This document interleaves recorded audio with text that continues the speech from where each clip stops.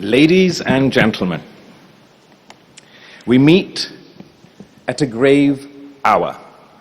We meet at a time when the world has been reminded that a waterway is not merely geography.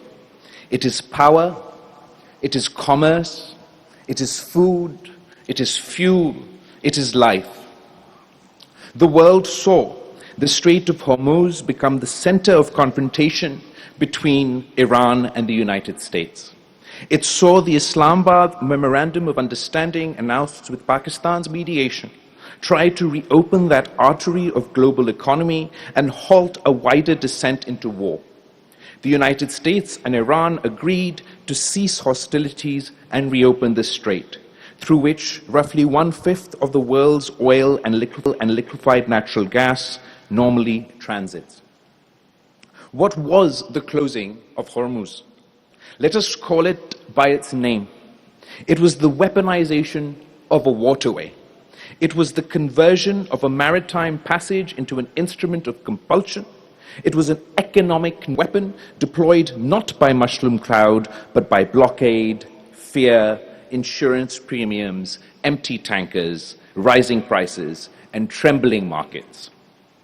Just as no ceasefire and no peace can be achieved between the United States and Iran with the Strait of Hormuz shut, similarly, how can any ceasefire between India and Pakistan hold without the Indus Waters Treaty being restored? From Hormuz, we must turn to the Indus, because what is true of the Strait of Hormuz is true with even greater intimacy and greater cruelty of the Indus Basin. A strait may carry the oil of nations. The Indus carries the life of nations. India had announced its intention to abandon the Indus Waters Treaty as part of their unjustified assault on Pakistan last summer. It is a war that is internationally recognized as one that India lost. Even India's greatest allies can't help but marvel at the number of planes downed by Pakistan. Pakistan, emerging victorious from this David versus Goliath scale conflict, has reshaped the geopolitics of the region. The concept of propping up India as a net security provider in the region has been abandoned, and the world has moved on. However, I must caution, while Pakistan has stuck to the ceasefire, which were to be discussed, whereas Pakistan has stuck to the terms of the ceasefire, India has not. There were clear and explicit terms of the ceasefire which were to be discussed at a meeting in a neutral location where all friction points were to be addressed. We were to return to the status ante in the meantime, which would of course include India returning to its obligations under the Indus Waters Treaty prior to this dispute. It has not. Therefore, a year on, it is a legitimate question for Pakistan to answer. Do we still abide a ceasefire that leaves far too many questions unanswered? Just as one could not imagine warring parties agreeing to a ceasefire, let alone peace, without a free-flowing Strait of Hormuz, how can Pakistan be expected to sustain a ceasefire when India continues to pose an existential threat?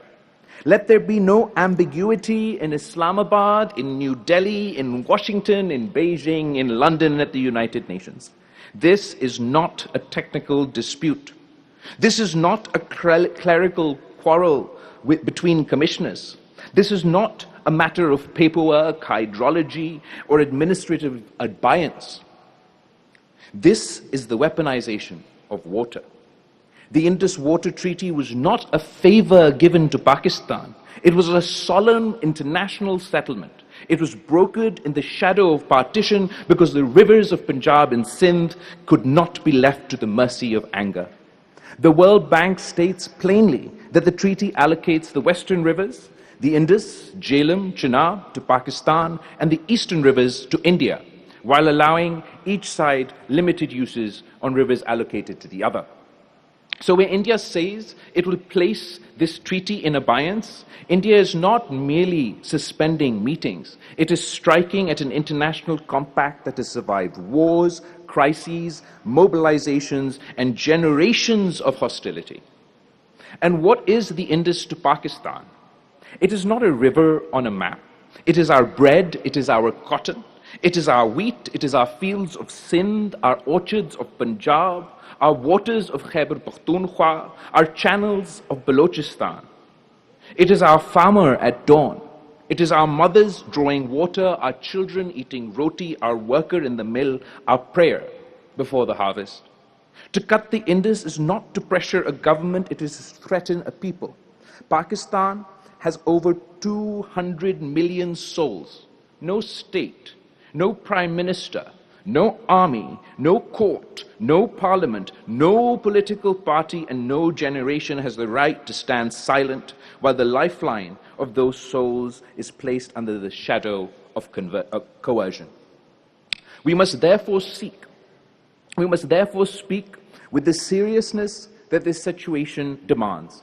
Pakistan must treat every step towards the strangulation of its waters as a national security assault, not merely a diplomatic irritant, not as a footnote in a foreign ministry brief, not as another file to be moved from one desk to another. It must be treated as an attack on the foundations of the state. That does not mean that Pakistan seeks war. We do not seek war. We have buried too many sons. We have seen too much blood in this region. We know the price of adventurism. We know the tragedy of miscalculation. But peace is not surrender. Restraint is not paralysis. Diplomacy is not silence. And patience is not permission. If India wants the world to take its threats seriously, Pakistan must compel the world to take our survival seriously. Our message must be clear. Any move to block, divert, manipulate, or potentially politically control Pakistan's rightful waters will not be treated as routine engineering. Every survey, every tender, every canal proposal, every dam design, every concrete step towards changing the flow guaranteed to Pakistan must be treated as a strategic warning signal. It must trigger a whole of the state response, legal, diplomatic, economical, political, informational, national security preparedness, and even military response. Pakistan should not allow India to climb the ladder of coercion while we remain trapped at the bottom, issuing statements of concern that says the final strangulation of water is an existential threat, cannot remain silent when the strangulation is prepared, financed, designed, tendered, and normalized. A nation does not wake up only when the riverbed is dry. A nation wakes up when the first stone is moved to dam our future. It is only rational to ask, what are we doing in terms of military preparedness as India continues to pursue her stated path? But let me also say this. Pakistan must not make a single move that concedes India's illegal position. We must not behave as though India's decision is fait accompli. We must not build policy on the assumption that the treaty is dead. We must not rush to create downstream substitute dams in a way that tells the world India has succeeded, now Pakistan is adjusting. Or give the impression that we were victorious on the battlefield but have surrendered on the banks of the river. No. Pakistan's position must remain immovable. The treaty lives. India's obligations are live. Pakistan's rights live. The Indus does not become India's instrument because India has discovered the language of abeyance. Projects and dams already approved before India's unilateral decision should continue on their own merit. Pakistan must complete what Pakistan has already planned. We must strengthen our dams, reservoirs, barrages, canals, and flood management systems because Pakistan needs water security regardless of India's aggression. But let us be precise. There is a difference between strengthening Pakistan and accepting India's blackmail. There is a difference between national resilience and diplomatic surrender. There is a difference between preparing for scarcity and legitimizing theft. We must move on a war footing for water conservation, of course. We must modernize irrigation. We must reduce waste in canals. We must invest in drip irrigation, smart agriculture, lining where needed, telemetering, groundwater regulation, recycling, and urban water discipline. We must make every drop count, not because India has a right to steal our water, but because Pakistan has a duty to respect its own future. We must explore every source outside the scope of the treaty.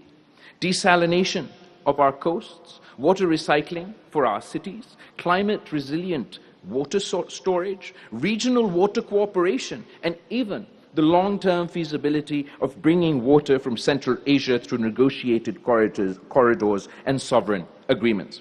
Let engineers dream, let planners calculate, let diplomats negotiate, and let the state act with imagination.